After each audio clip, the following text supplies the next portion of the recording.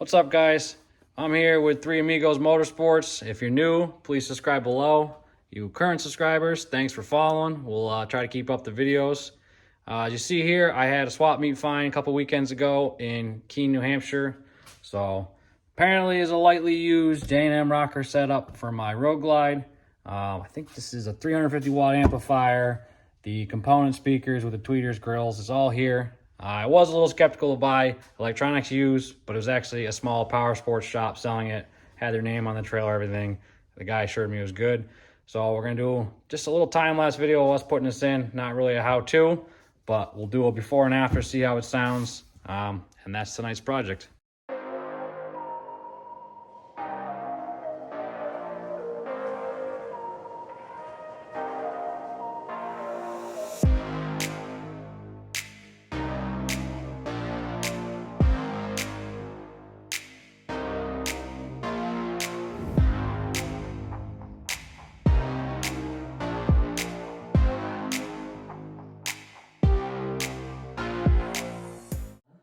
All right, just to show you guys what we got installed. Amp sits here under the factory radio. It just sandwiches. There's a cutout here, so this plate just sandwiches, mounts the amp like that. Kind of a clean setup. Power wire runs down the neck, right down the backbone of the bike, and the factory wiring trough here. We still got to connect to the battery. But other than that, speakers are in, minus the grills with the tweeters. So the only thing left really is put the factory head unit back in with the screen and make the last few connections, and we'll be able to try it out.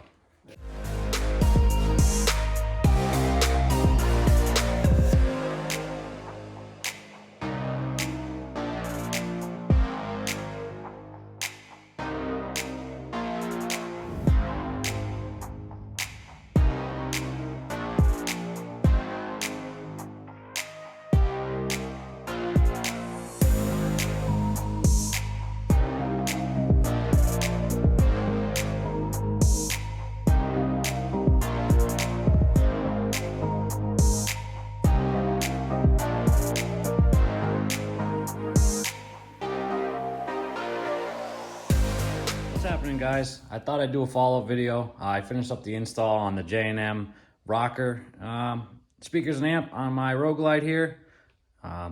Just wanted to follow up my thoughts on that. Pretty easy and clean install. I mean, basically you got to run the power wire from the back of the amplifier down under the tank and the wiring trough and right to the battery underneath the seat. Otherwise, there's just a harness that connects either speakers and integrates into the factory hand controls. Besides that, I mean, it's all plug and play. As advertised, it didn't need a flash. Everything fired right up.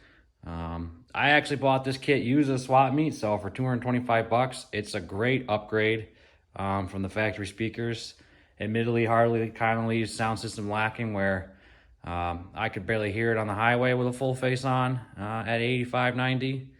I can't say I'm much of an audiophile, so it's not a huge priority to me, but I'm happy for that upgrade, especially for picking up for that price. I'm not even gonna bother firing it up because cell phone doesn't do it justice for recording it, and I know how YouTube is with rights for the music license. But I can say it's a clean install. It's a nice kit. My honest thoughts would be, I've seen these priced new. I think Direct Cycle Parts had them for like $679. I say for that price, they're definitely worth it as a good, mid-series audio upgrade. I know there's some audiophiles out there that'll tell you it's crap, but huge improvement over stock, no doubt. However, I have seen these kits also listed, these same kits listed for more like $1,000, $1,100. I can say, I think if you were getting into that price range, you'd probably be better off going with the Rockford Fosgates. We put those in Tony's bike, his Road Glide on this channel. That just has a little more sound, much clearer. And again, that's factory Harley supported. So if you were in that price range, that would get my vote. But for more of a budget option, I think the JM is a solid upgrade, no doubt. If you got any questions about it, feel free to leave a comment. Otherwise, please leave us a like or a subscribe and consider subscribing below. Thanks for watching, and we'll see you next time.